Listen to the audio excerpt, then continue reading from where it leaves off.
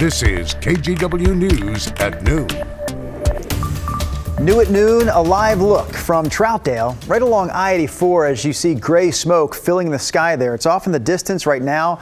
Gresham Fire says the smoke is coming from a fire at a Bonneville Power Administration substation, and we can show you what the smoke looked like about 15 minutes ago. A lot darker in this shot than the one we saw just a moment ago. That substation is still energized, so fire crews have to wait for BPA to shut off the power there, and we're told they are on their way to do that right now. So far, there are no reports of anyone getting hurt in this fire. We also want to continue our coverage from Mount Hood this afternoon as search teams look for a missing snowboarder at Mount Hood Meadows. That missing snowboarder is 30-year-old Ryan Mather from Aloha. He went snowboarding at Meadows yesterday and never came home. So these pictures we're showing you right here are the search team briefing from this morning. Authorities say Mather was last seen around the Shooting Star Express chairlift. Of course, we'll update you on this story as soon as we learn more.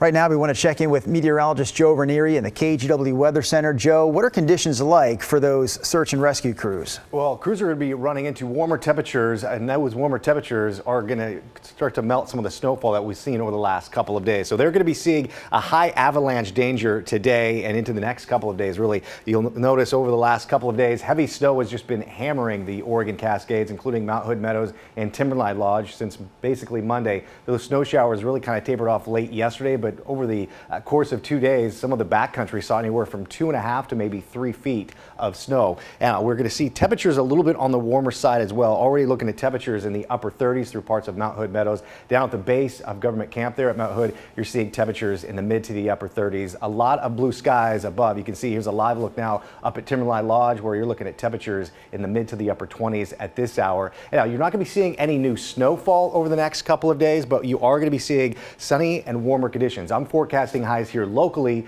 this afternoon in the mid 60s. It gets even warmer heading into tomorrow. There is another round of colder showers and some dropping snow levels that arrives later this week. I'll talk more about that in detail in a few minutes.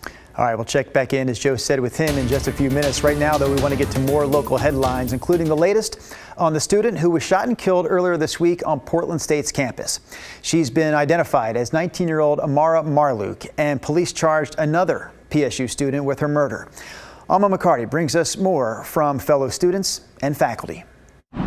Honoring the life of 19-year-old Amara Marluke. I can't believe I'm talking about her in the past tense. With a growing impromptu memorial on the Portland State University campus. Amara was that person that you could just instantaneously connect to, for sure. Flowers and candles at Southwest College Street and 6th Avenue. The place police say Marluke was gunned down, killed early Monday morning. I lose words because I cannot even express what I feel in terms of how can you do it? How can you? Bright Alozier, an assistant professor of Black Studies at PSU, was one of Marluke's teachers. She just did not practice what she believed in. She lived by it. He says as a student, she stood out, passionate about being a voice for change. She was an executive at the Black Students Union, and she really wanted to fight genuinely for racial equity, for more inclusion, for more diversity. You know, she was dedicated to the cause. Police charged Keenan Harpool with her murder. The 20-year-old freshman and former football player for the school appeared in court Tuesday, pleading not guilty. Friends tell KGW the suspect had previously been in a relationship with Marluke. In the courtroom today, Marluke's family shared their pain. It's the mother's worst nightmare that somebody so evil that would take her life. I'm just so devastated. And they pleaded with the judge to keep Harpool behind bars. She was the light of our life, and we strongly encourage the court to protect other women who may face similar fates. For now, Harpool will stay in jail as those across campus and across Portland mourn the loss of a young life. 5 years from now, who knew who Amara could have been? Who knew the kind of impact she would have made? Alma McCarty, KGW News. All right, let's get to some other local headlines that we're following today. We've learned that the Columbia County Sheriff was one of the officers who shot and killed a suspect in Scappoose. So this happened last Thursday at Grumpy's Towing off Highway 30. Investigators say Michael Stockton shot at police first, and both Sheriff Brian Pixley and Oregon State Police Sergeant Chad Drew shot back. Stockton was involved in some sort of disturbance at the tow yard and was also wanted as a suspect for a murder in Gresham. Also, a federal jury has awarded $8 million to a woman who was hurt in the 2017 Amtrak train derailment that happened in Washington at the Point Defiance bypass. She was traveling to Vancouver that day and was seriously hurt in the crash, which wound up killing 3 other people. Investigators found the train was going more than double the speed limit, and the tracks did not have the necessary safety equipment to automatically slow the train down.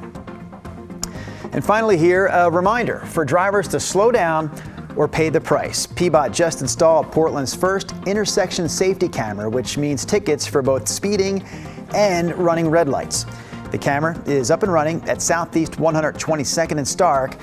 PBOT says that's one of Portland's most dangerous intersections. And that's a look at some of today's local headlines.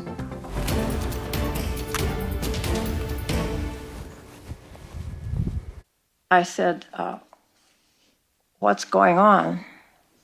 And she said, well, I'm in the car with the police.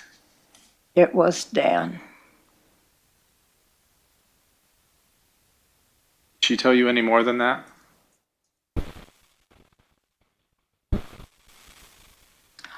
You know, after she said that, I don't remember if there was any more conversation. I was absolutely devastated. Today is day 3 of the Daniel Brophy murder trial in Portland, and you just heard from the victim's mother, who spoke at the trial today. She explained how she found out about her son's death over several calls with her daughter-in-law, Nancy Crampton Brophy. Prosecutors say Nancy shot and killed her husband, Daniel Brophy, back in 2018 while he was working at the Oregon Culinary Institute. Nancy Brophy was an author with books that some believed foreshadowed this crime. Her books had titles like The Wrong Lover and The Wrong Husband, and there was an essay called How to Murder Your Husband. The trial is expected to last several weeks, and at some point, Nancy is expected to testify. We'll let you know what happens as day 3 continues in this trial, both here on air and online at KGW.com. All right, let's get to 3 things to know about the war in Ukraine today, starting with President Biden announcing new sanctions that target Russia's economy. The move comes after Ukraine's president laid out what he says is evidence of war crimes by Russia. The sanctions would ban all new investments in Russia while also targeting Russian banks and state-owned enterprises. Yesterday, President Biden also pledged another $100 million in military aid to Ukraine. Number 2, a car rammed into a Russian embassy in Romania today. The car was carrying flammable materials when it crashed into the gate of the Russian embassy, bursting into flames and killing the driver. In a statement after the incident, the Russian embassy said that no employees were injured and expressed condolences to the family of that driver. The crash is still under investigation.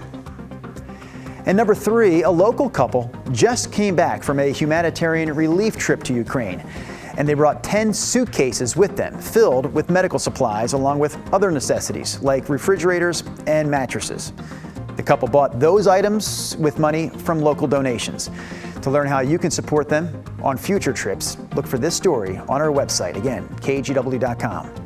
And that's a look at some of the headlines today from the war in Ukraine.